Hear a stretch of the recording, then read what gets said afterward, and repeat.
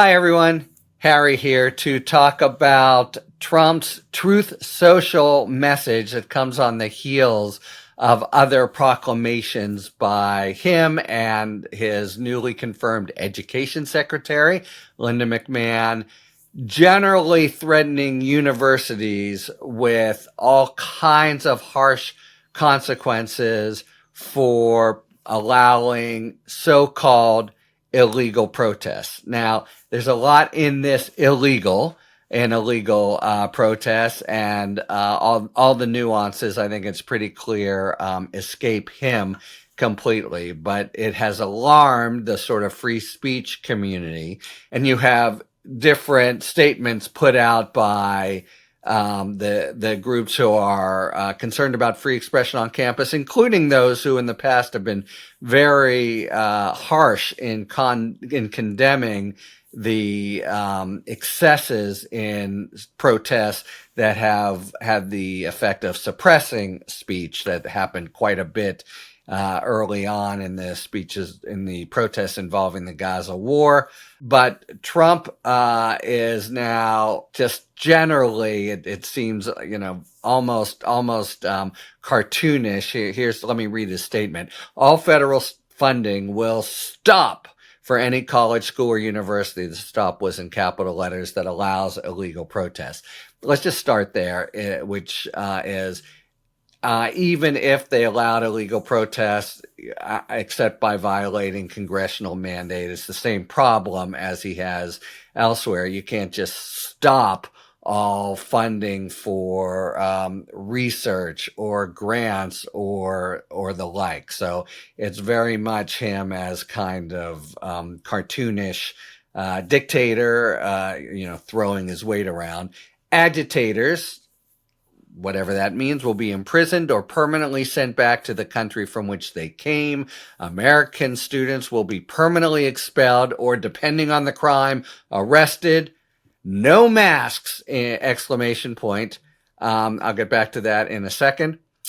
Thank you for your attention to this matter. Like a sixth grader has just learned how to write a letter. So look, it's bombastic in the extreme and certainly animated by an excessive view or ignorance about what he can or can't do. But the lack of subtlety of it has a number of people saying, whoa, we have to be concerned here because the federal government can't just come in and suppress speech that is, even if it is controversial or gets, people very impassioned.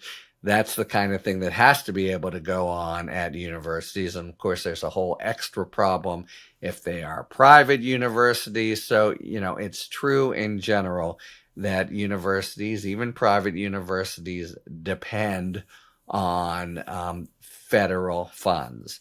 It's also true that Congress, not the president, Congress has the power of the purse and can put conditions on spending, so-called spending clause restrictions, in which they say, well, if you want our money, you have to do X, Y, and Z. Ironically, X, Y, and Z include programs right now under law that the administration is separately in the process of trying to dismantle as if they have the power to countermand Congress. So a lot of what's been disparaged and under the overall rubric of DEI, diversity, equity, inclusion, comes directly from Congress or as part of the cluster of commands in the title of the Civil Rights Act that concerns education.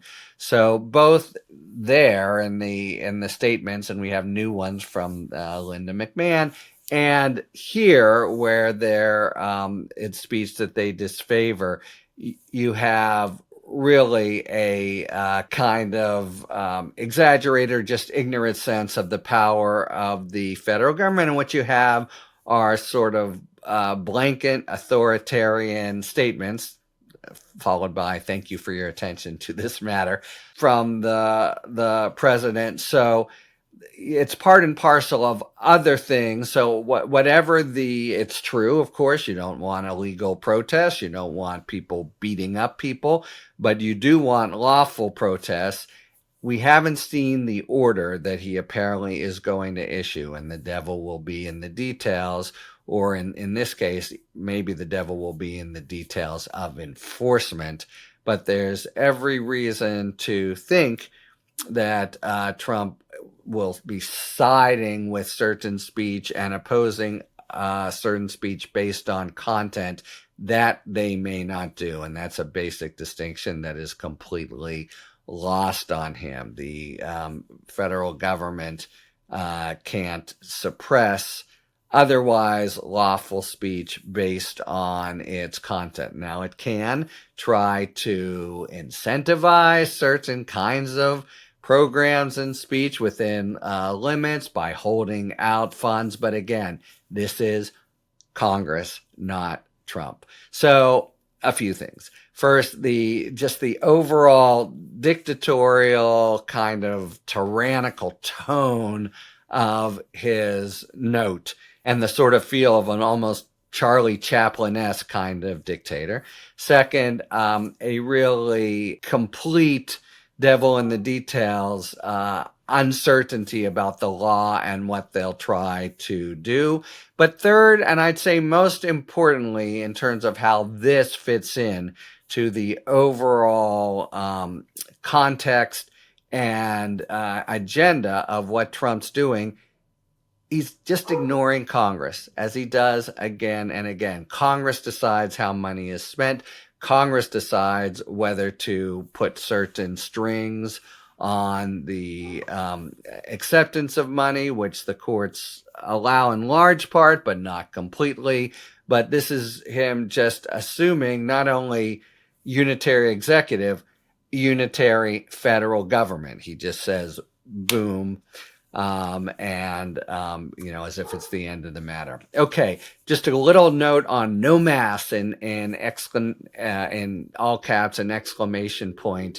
It's probable, this is a tricky question that again he doesn't begin to understand, but I've written about it before. It's probable that protesters have a right to remain anonymous. It's obviously can be and has been in just these protests kind of intimidating, and maybe that's the point. And when it crosses that threshold where they are actually being threatening, the mask needs to come off. But at least in a normal public square, courts have held, just as you can be anonymous about whether you're donating money, you can be anonymous about your protests, even though it's really kind of chilling and disturbing and reminiscent of hoods worn by the Ku Klux Klan and the like. The pro-Hamas demonstrators in particular who have hidden their identity. When Trump says this, he doesn't begin to understand whether it's the power to do, whether the First Amendment prevents it. So it's just one more instance. There's, normally before saying this kind of thing, a White House counsel, Office of Legal Counsel would have advised him, and maybe that will be what informs the order when we see it. But basically right now it's him letting off steam, exclamation points, capital letters, and really no kind of thoughtfulness about the Constitution at all.